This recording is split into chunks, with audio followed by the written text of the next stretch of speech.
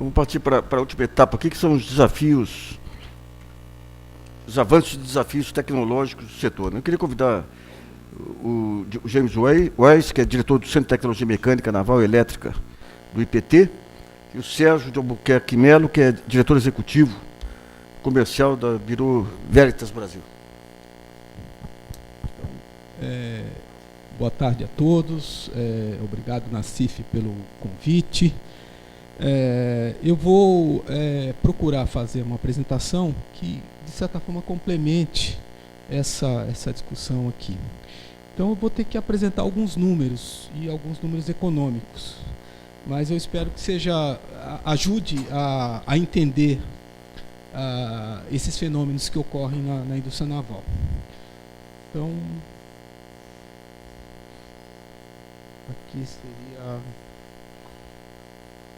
para cá, para lá, para que lado?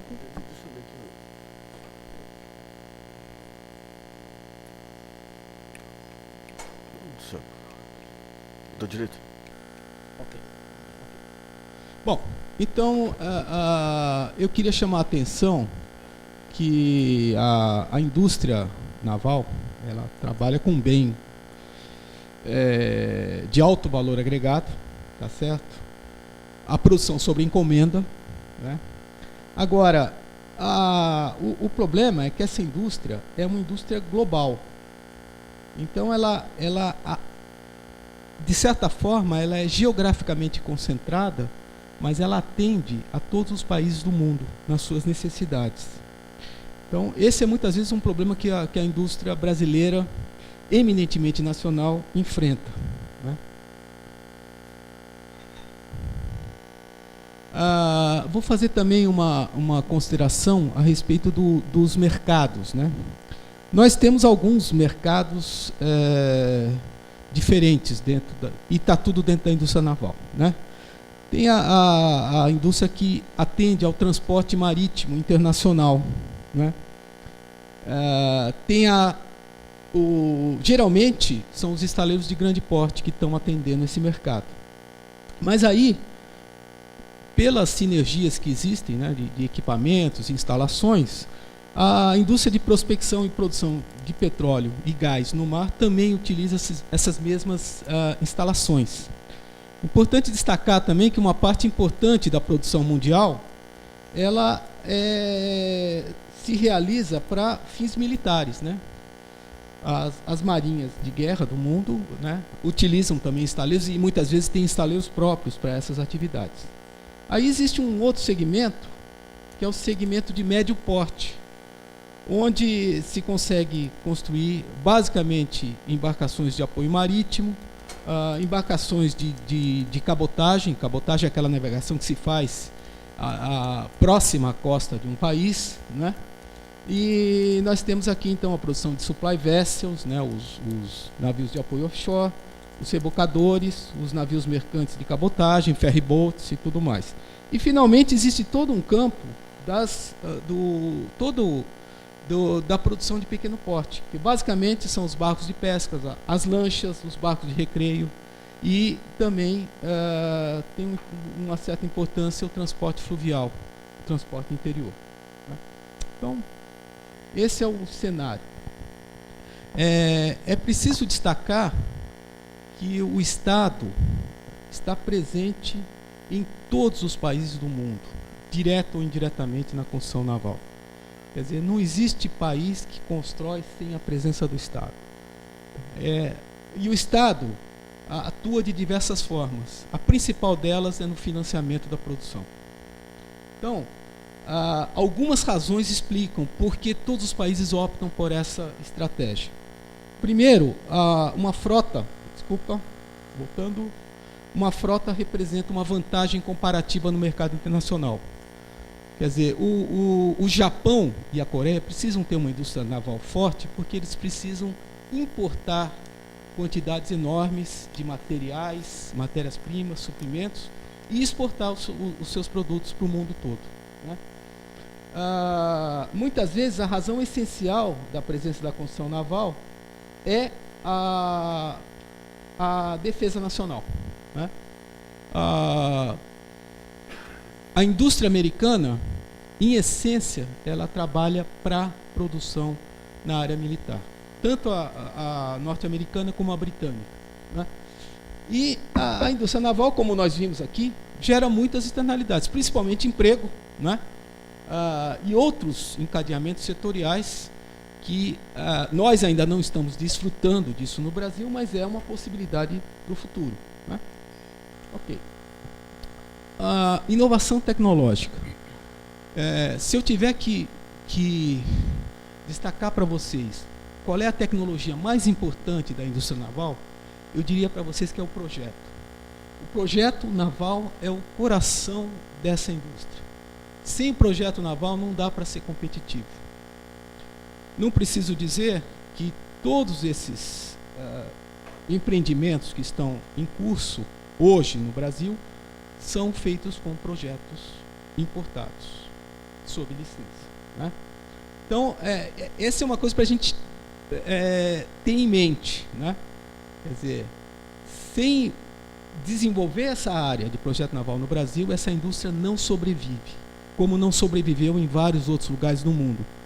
Porque, se vocês olharem historicamente, há um grande deslocamento da produção da indústria naval. Isso ocorre basicamente porque governos incentivam a produção começa e no momento seguinte cai por uma questão competitiva. Quer dizer, os estaleiros subsidiados não conseguem sobreviver quando o subsídio acaba.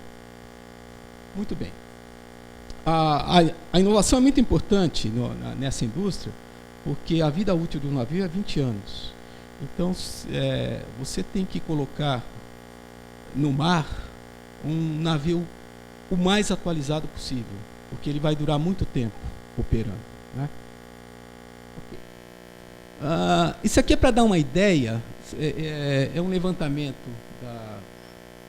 das Nações Unidas. Eles de vez em quando fazem uma análise do preço de principais navios. Então, é interessante nesse quadro notar o seguinte, quer dizer, nós temos, na verdade, dentro dos navios de grande porte, nós temos vários segmentos de mercado, né? Nós temos os navios graneleiros, transportam granéis, os navios container, os navios petroleiros, que agora o Brasil está produzindo, né? E os navios especiais, que são os navios de químicos, e os navios mais sofisticados são os navios de transporte de gás natural liquefeito, né?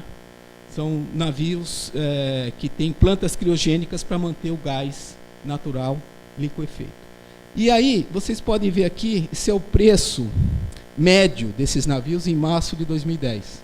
Então, varia, o mais baratinho, 25 milhões de dólares, e vai até 210 milhões de dólares, um navio LNG de 160 mil metros cúbicos.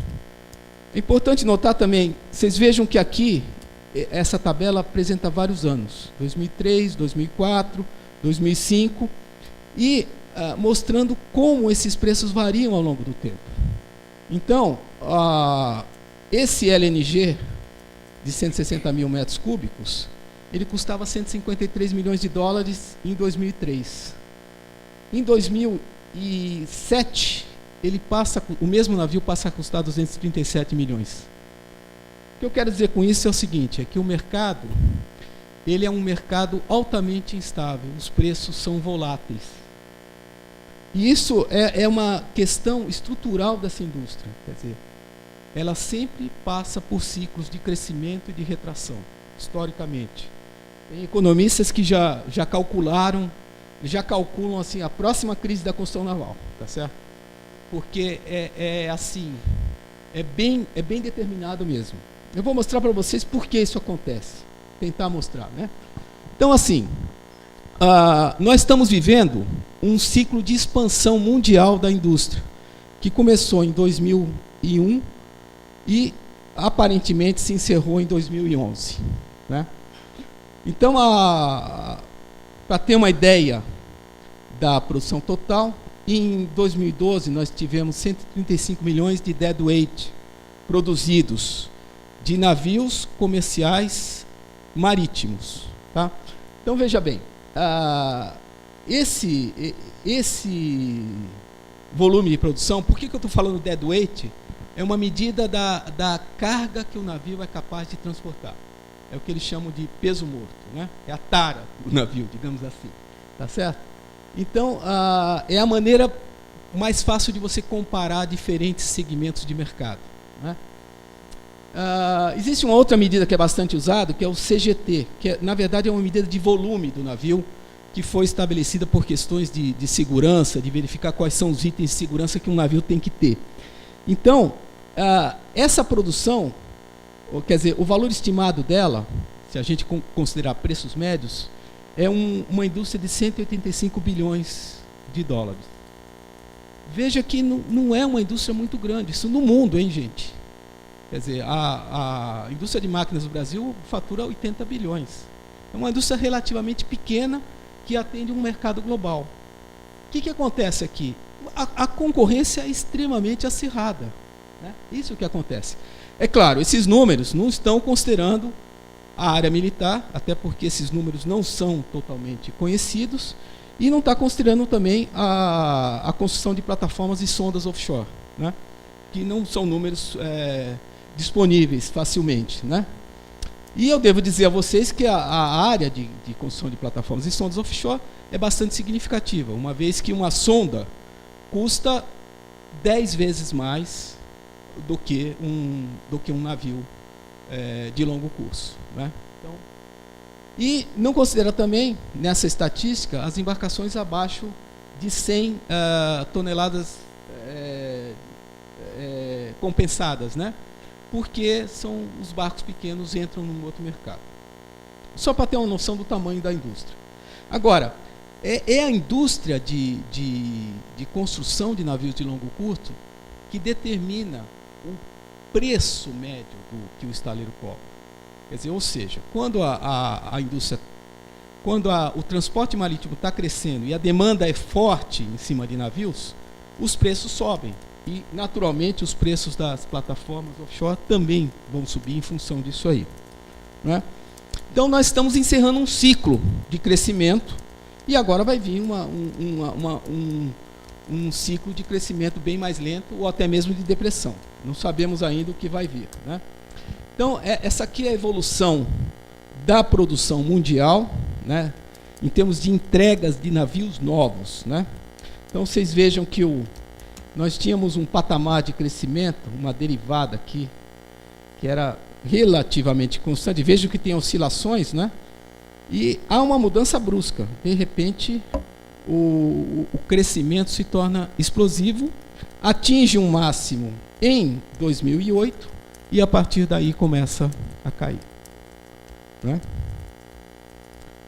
São 10 anos, aproximadamente, de crescimento dessa indústria no mundo. Então, alguns fatores determinam essa questão, esse crescimento, essa oscilação da indústria, né? O principal é o crescimento do comércio internacional. Tem outros fatores. O envelhecimento da frota. O navio tem uma vida útil por volta de 20 anos. Então, navios são construídos em substituição aos navios que estão sendo sucateados, digamos assim, né? Existem também o aumento de restrições internacionais à segurança da navegação e à preservação do ambiente. Então, a Europa tem colocado várias restrições e isso é uma maneira de incentivar a inovação e a renovação da frota mundial, né? Dentro de alguns anos, um navio que não cumprir determinados requisitos ambientais, ele não vai poder entrar num porto europeu. Então, são questões que vão condicionando também o crescimento da indústria, né?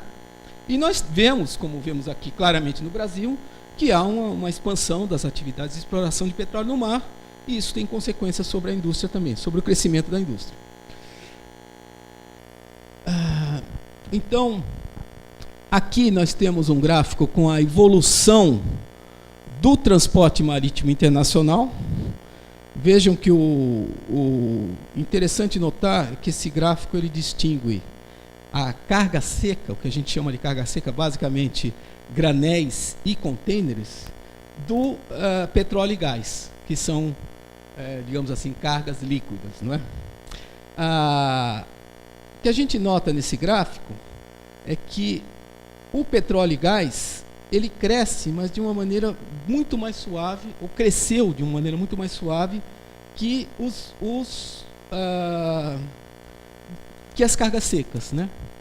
Então, o grande indutor desse crescimento dos anos 2000 foram as cargas secas, basicamente os contêineres e principalmente os navios graneleiros. Esse gráfico eu acho que mostra bem, né, o crescimento por tipo de navio. Então, o maior crescimento ele ocorre aqui, são os navios de transporte de granéis. Tiveram um crescimento fantástico e hoje esse ciclo está se encerrando. Bom, então isso é a frota mundial, em termos de milhões de toneladas de porte bruto ou deadweight, né? Nós ultrapassamos a barreira de 150 milhões de toneladas disponíveis para o transporte mundial em 2011 e agora está havendo um decréscimo dessa frota em função do menor nível de construção e em função também do sucateamento. Então, esse gráfico mostra nessa parte de baixo o sucateamento de navios, que aumentou bastante em 2012, e a construção, como ela reduziu também, então se reduz a frota total disponível. Veja bem, é essa variação entre a oferta e a demanda na frota que faz com que os preços sejam voláteis. Vocês querem ver aqui no próximo gráfico? Sim, é interessante notar que esse gráfico vermelho mostra a evolução do PIB mundial. E esse gráfico de cima, numa escala adequada, ele mostra a evolução da carga total transportada no mundo. Então veja que esse gráfico cola perfeitamente. Quer dizer, houve um crescimento, o mundo estava crescendo de maneira bastante acelerada. 2008 tem a crise, né, que começa lá nos Estados Unidos, essa crise se espalha pelo mundo, há um decréscimo, passa a haver um decréscimo da demanda mundial por transporte. Essa demanda mundial de transporte caindo, ela faz com que o preço dos navios e a demanda, quer dizer, primeiro a demanda e em seguida os preços caiam. Então,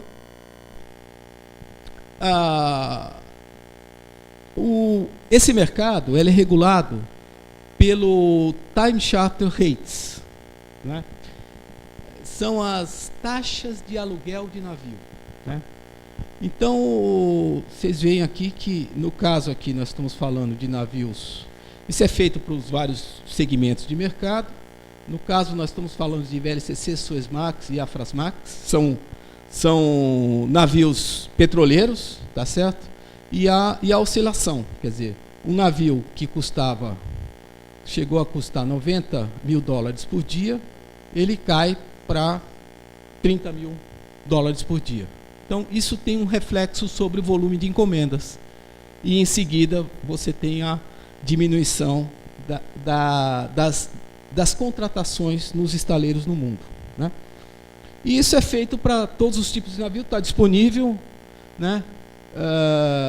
É isso que condiciona essas oscilações que ocorrem na indústria. Aqui dá uma ideia, o rebatimento das taxas de aluguel de navio rebatem sobre o preço médio de contratação de navios. Então, em 2008, isso aqui é um custo por CGT, que é aquele volume de navio compensado, né? Então, ele está dando $3 mil por CGT. Enquanto que em 2013, ele chega a menos de $2 mil por CGT. Então, há uma variação do preço dos navios em função desse encontro entre a oferta e a demanda mundial.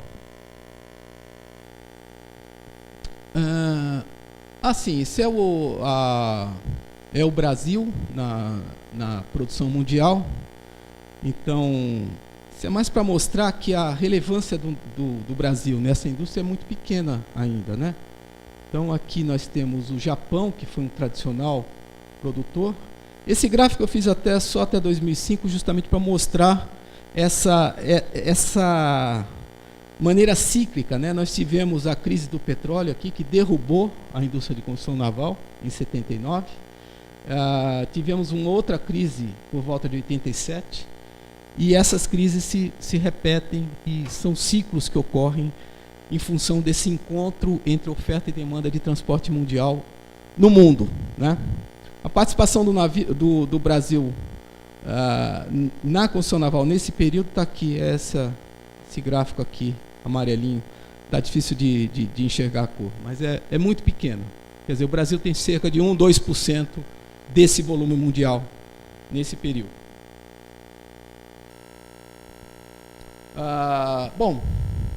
A avaliação da construção naval no Brasil nessa época, acho que eu vou passar para adiante, porque não é tão relevante no momento, e vou tentar estabelecer assim: a tecnologia na construção naval é condutor da competitividade, né?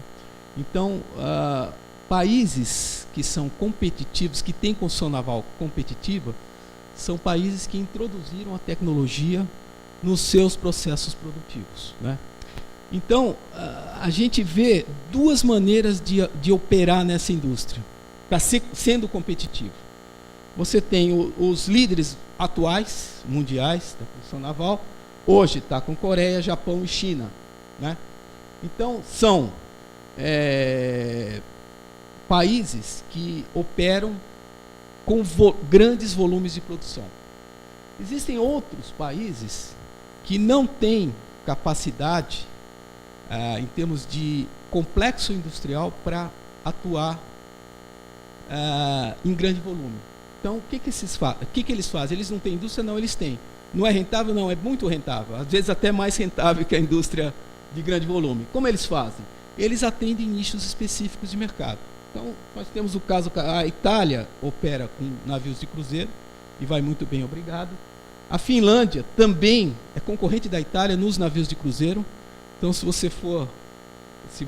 o grande mercado de cruzeiros é o mercado americano, e basicamente o que você vê lá são navios finlandeses e navios italianos, né? A Noruega opera nos navios de pequeno porte, navios especiais, navios de serviço. Esses navios de operações offshore, que chegam a custar 200 milhões de dólares, 300 milhões de dólares, né? Agora, não há dúvida, o custo de produção é um fator determinante da competitividade, né? É o primeiro fator, quer dizer, essa indústria tem que controlar custos. E uma maneira de você se manter na indústria é através da segmentação global, especialização, diferenciação, né? E são esses fatores que mantêm países com pequenos volumes de produção operando até hoje, né?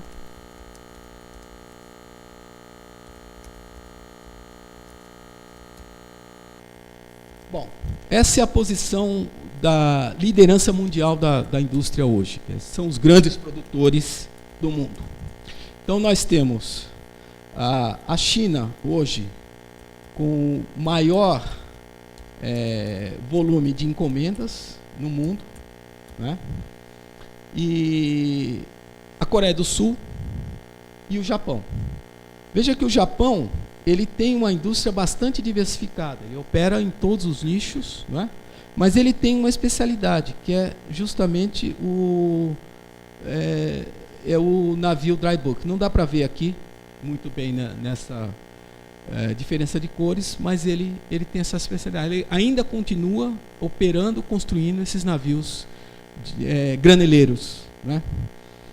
E do ponto de vista da distribuição, quem está melhor posicionado é a Coreia do Sul, porque ela opera em todas as faixas e consegue manter segmentos, né? Uma presença marcante em todos os segmentos. Então essa é a indústria que opera em todos os segmentos, atende a todos os mercados do transporte marítimo, inclusive o offshore, né? Nós temos aqui Japão, Coreia do Sul, China, e todos sabem, tem um grande operador da indústria offshore, que é Singapura, né?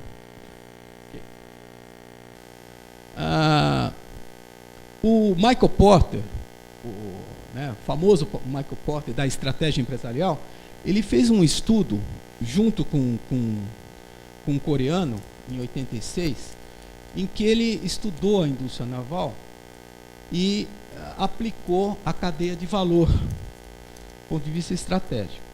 Então, o que ele mostrou aqui? Naquela época, ele mostrou que um estaleiro típico, ele adquire cerca de 63% a 70% daquilo que ele entrega, né? Já em 86 isso já era assim. E os estaleiros, aí no caso eram estaleiros japoneses e coreanos, estavam operando com margem de lucro da ordem de 1 a 3%. Isso quer dizer o seguinte: a indústria mundial é extremamente competitiva. Isso explica porque, em alguns momentos, países tradicionais como a Holanda saíram da indústria, porque perceberam que não podiam competir ao custo de mão de obra, aos fatores que eles dispunham na época. Eles preferiram sair. O que não quer dizer que eles tenham saído da indústria, porque a Holanda, hoje, ela vende projetos, né? Alguns desses projetos da Petrobras foram feitos na Holanda. Ela vende pacotes, quer dizer, o Supply Boat, que hoje é produção nacional, na verdade ele é um pacote de maquinário que vem totalmente etiquetado. É como se fosse um Lego. O estaleiro recebe aquele pacote de equipamentos importados, monta e entrega o navio. Entra basicamente a mão de obra brasileira e o aço, quando o aço não é importado, em função dos problemas de preço. Então, veja, é uma indústria que opera com margens muito estreitas, né? Então, daí que vem essa necessidade, esse cuidado com a engenharia de produção, com a engenharia de projeto e com a gestão da produção. Então, todo o país passou em algum momento por uma fase de mercado protegido. Então o Japão, no pós-guerra, fechou seu mercado, protegeu seu mercado. Ele precisava construir, primeiro para montar, na época, a maior frota mercante mundial. No segundo momento, para atender esse mercado mundial. A Coreia seguiu o mesmo caminho e a China está seguindo exatamente o mesmo modelo. Quer dizer, um modelo que deu certo no Japão, deu certo na Coreia e agora tudo indica que vai dar certo na China também, né? Mas esses países, eles desenvolveram o que a gente chama de indústria correlata e de apoio, né? Então eles não fazem só o navio. Por que um estaleiro coreano consegue operar numa indústria que dá de 1 a 3% de margem de lucro? Porque dentro do grupo industrial que eles pertencem, eles fazem também as máquinas. Então, Japão e Coreia produzem navios de longo curso com maquinário produzido nos seus respectivos grupos industriais. Devo dizer que a maior parte desses equipamentos é construído, é produzido sob licença, né? Então, tipicamente o estaleiro japonês vai produzir com o motor da MAN ou com o motor Wärtsilä, tá certo? Produzido sob licença dentro do próprio grupo industrial. Isso faz com que essa margem de lucro, quer dizer, é pequena no estaleiro, mas é grande, se torna rentável dentro do grupo como um todo, né? Então, eles estão operando com segmentação de mercado e diferenciação global, né? Cada vez mais o estaleiro depende de fornecedores especializados. Então, aqui, nos anos 2000, tem esse estudo feito pela Archer, que é um grande grupo empresarial europeu, presente no Brasil também, e eles apresentaram as suas estruturas de custos de diferentes navios. Então, para uma embarcação de apoio offshore, a produção, o que é produzido dentro do estaleiro, era apenas 25%. Né? O resto era comprado fora. Né? Sistemas marítimos e acessórios, o maquinário e o aço. Okay? Então, tem variações dependendo do segmento, e esses componentes, em geral, são componentes entre 65% e 75% daquilo que o estaleiro produz. Então, basicamente é isso. Grande parte desses componentes são produzidos sob licença de fabricantes europeus. Aqui tem o estudo que a Transpetro fez na época da elaboração do plano de construção naval, em que ela mesma reconhecia que entre componentes e materiais adquiridos, 65% dos custos seriam adquiridos fora. Né? Havia também uma preocupação com a produção local, então chegou-se à conclusão que desses 65%, né, 42,9%, quase 43%, seriam materiais fabricados, já existentes aqui no Brasil, entre eles o aço. Né?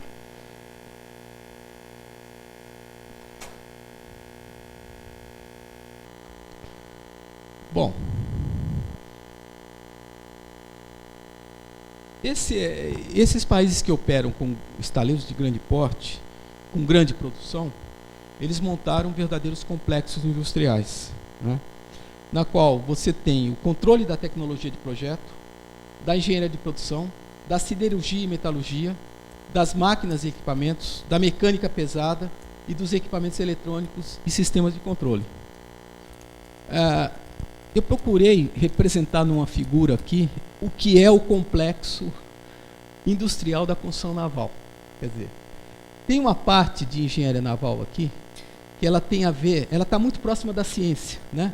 A tecnologia está na hidrodinâmica, na propulsão, na manobrabilidade do navio. Né? A pesquisa militar, ela está muito focada na eletrônica, nos controles de navegação. Você tem a tecnologia de projeto e construção pesada, né? Porque é uma construção pesada e você precisa resolver problemas de engenharia para mover essa produção adiante. Tem uma indústria de motores, eixos e transmissões que também não são... Você imagina, um motor típico de um navio oceânico é um motor para 20.000 HP. Né? Então, são motores, quer dizer, do tamanho de um prédio de 3, 4 andares. Requer toda uma tecnologia, né? São poucos fabricantes no mundo que são capazes de desenvolver esse tipo de motores e poucos também que produzem. São esses aí que eu mostrei para vocês antes. Né? Agora, tem uma parte também que, quer dizer, navio usa chapa grossa. Quer dizer, o problema do Brasil é que a indústria do aço se voltou naturalmente para a produção de automóvel que usa chapa fina. Tem uma tecnologia aí para produzir chapa grossa. E a siderurgia só pode produzir se houver demanda. Quer dizer, a demanda criada aqui no Brasil com esse plano não é suficiente para você mover, mudar a siderurgia. Né? Agora, tem uma parte que o Brasil tem boa qualidade, que é a parte de quadros elétricos, geradores, conversores de frequência. Né? Essa parte é dominada, quer dizer, temos indústria no Brasil e temos produção significativa, competitiva, inclusive. Né? Então, veja bem, o projeto naval é que integra todos esses fornecedores, né? Passa pelas sociedades classificadoras que inspecionam, verificam a segurança desse projeto, né? E é a partir do projeto naval que o estaleiro funciona mais ou menos eficientemente. Aliás, o projeto ele tem que ser feito levando em consideração as características físicas e a infraestrutura existente no estaleiro. Né? Aí você tem companhias de seguro, você tem o Sistema Logístico Nacional que influencia. Quer dizer, foi mostrado aí que a armação, quer dizer, as empresas de navegação brasileiras, elas, de certa forma, praticamente deixaram de existir. Então, quer dizer, não tem... quer dizer, você constrói hoje, basicamente, para a indústria offshore. Sejam navios, sejam barcos de apoio, sejam plataformas, né? E também isso criou um baita problema, de repente um gargalo na mão de obra, especialmente a mão de obra qualificada. Nós não tínhamos engenheiros em números suficientes para atender essa indústria repentinamente. Então, esse é o quadro geral. Veja que é uma indústria sistêmica. Por isso que ela é tão atraente, né? Porque ela cria todo um complexo industrial, né? Bom, então, avanços, né? Eu acho que é inegável que o fato de estarem sendo construídos novos estaleiros aqui no Brasil, 78 mil pessoas empregadas, quer dizer, é significativo, né? E nós temos que apoiar esse programa, né? E com a produção diversificada, né? Você fabrica navios, barcos de apoio, FPSOs, plataformas offshore, navio sonda, né? Então esse é o avanço que esse plano conseguiu até agora. Quais são os problemas que a gente vai ter que enfrentar daqui para frente? Alguns já foram até destacados aqui, né? Tem uma questão assim, essa indústria é uma indústria de concentração. Talvez o fato de você instalar em diversos pontos do país, em um país de dimensões continentais, criou algumas deseconomias de escala. Isso é um problema que vai ter que ser resolvido, né? Tipicamente, o ideal é você ter uma certa concentração, que é o que se verifica em diversos países do mundo que são competitivos. Inclusive quando se trata de barcos menores, né? A produção de pequeno porte tipicamente se desenvolve em clusters, né? Então, isso aí é uma pergunta. Como é que nós vamos fazer daqui para frente, né? O objetivo, claro, foi abrir novas frentes de trabalho, absorver mão de obra, o que é plenamente justificável dentro do nosso país, né? Eu acho que existe ainda muita dubiedade quanto à nacionalização de máquinas e componentes. Quer dizer, como nós vimos aí pela participação do Sérgio Prata, essa intenção de nacionalizar não chegou ainda na indústria que poderia estar nacionalizando. E nada aconteceu nesse sentido. Então, ficou assim um pouco no discurso, né? Falta uma base industrial competitiva em siderurgia e também em metalurgia. Quer dizer, para você produzir o eixo, para você produzir o propulsor, para você produzir diversos componentes das plataformas offshore, nós não temos produção de aços especiais, de aço inox, por exemplo. Então, o que acontece? Não se sabe fazer? A indústria não consegue fazer dentro do padrão que a indústria naval exige. Então, isso requer um trabalho tecnológico, de difusão dessas tecnologias. Quer dizer, o que vocês viram aqui foi comentado com relação ao aço, acontece em relação aos outros metais, talvez até com mais intensidade. São ainda mais caros e ainda mais difíceis de se encontrar no Brasil. É a reclamação, eu de vez em quando participo de discussões desse tipo na Fiesp, reclamação geral. Não há material no Brasil, você tem que importar, pagar o preço de importação. E a indústria relacionada, quer dizer, a fabricação de motores, a fabricação de propulsores, a fabricação de diversos componentes que fazem parte do navio, não estão privilegiados até agora nesse plano. Então, desafios que nós temos daqui para frente. Nós precisamos urgentemente desenvolver o projeto naval no país. É o projeto que integra essas várias indústrias e consegue impor primeiro, a nacionalização. Sem projeto naval você nunca vai ter nacionalização, porque imagina que um projeto estrangeiro vai considerar um pequeno componente brasileiro. Não dá, é inviável economicamente, né? Então, e é uma questão de domínio tecnológico. O domínio passa por aí. Tem muita correlação entre a indústria naval e a indústria aeronáutica, né? São produtos, de certa forma, semelhantes, né? fabricação, mercado global, poucos fabricantes no mundo, né? O sucesso da Embraer se explica fundamentalmente porque a Embraer domina o projeto do avião. É ela que determina de quem ela vai comprar, como ela vai comprar, que componente será desenvolvido para aquele avião específico. Então isso é muito importante, gente. Aí precisa, quer dizer, não houve tempo, né, integrar a capacidade de engenharia e produção.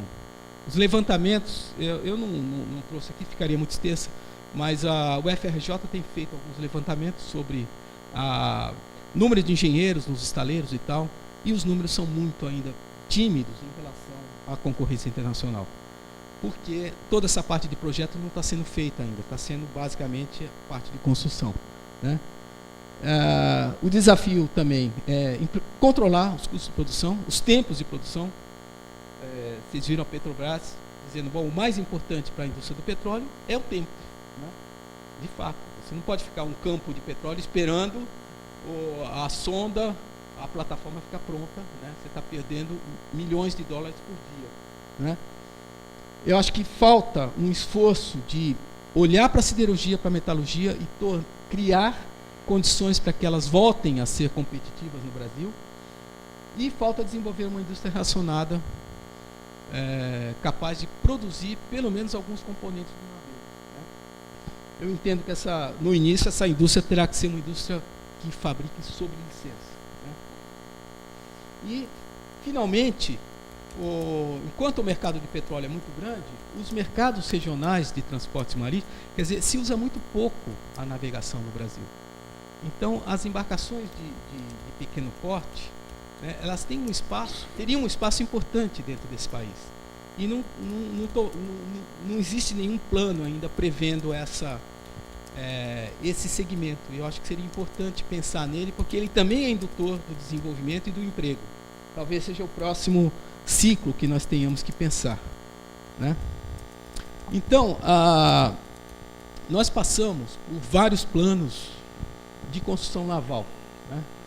E os planos, quer dizer, o primeiro grande plano foi o plano de metas, né, Juscelino, que trouxe 2 grandes estaleiros internacionais, né, Escavagima, Veroma e Holandesa, e começou esse processo, criou o Fundo de Marinha Mercante, então criou as bases para essa indústria, mas ao mesmo tempo ele estava preocupado também com a siderurgia, com a metalurgia, ele estava criando com a mecânica pesada.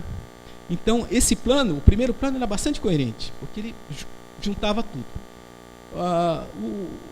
Com o governo militar, nós tivemos os planos, o primeiro Plano Nacional de Desenvolvimento e o segundo Plano Nacional de Desenvolvimento. Então esses planos, de alguma maneira, eles forçaram uma nacionalização ainda prematuramente, né? Isso criou vários problemas na nossa indústria, né? E desagou finalmente na crise, né, da Sonaman, que gerou o fechamento da maior parte dos estaleiros aqui no Brasil. Agora, tem um problema muito sério. O enfoque de todos eles era atender o mercado interno, numa indústria que é tipicamente global.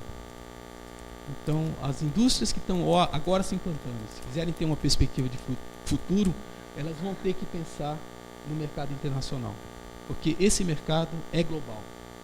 Não existe país que produz para si próprio no mundo. Outra questão, eu mostrei para vocês que os preços oscilam, né? Muito, porque a demanda por transporte oscila.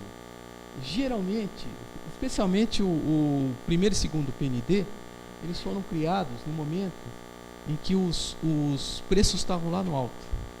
Então o preço está lá no alto, está muito caro importar navio, vamos fazer no Brasil.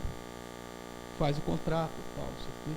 Depois enfrenta toda a dificuldade que é produzir com uma indústria que ainda não está madura, né? No momento seguinte o preço derruba, cai de novo, fica inviável. Aí vocês vão falar, pô, mas o navio no Brasil está custando o dobro do mercado internacional, mas ele foi contratado dessa maneira, né? E os tempos de maturação não foram suficientes para permitir a constituição de uma indústria sólida, né? Então, eu acho que o meu recado é basicamente esse, né? Se a gente puder centrar numa única atividade tecnológica importante, eu diria para vocês que é o projeto Naval. Obrigado.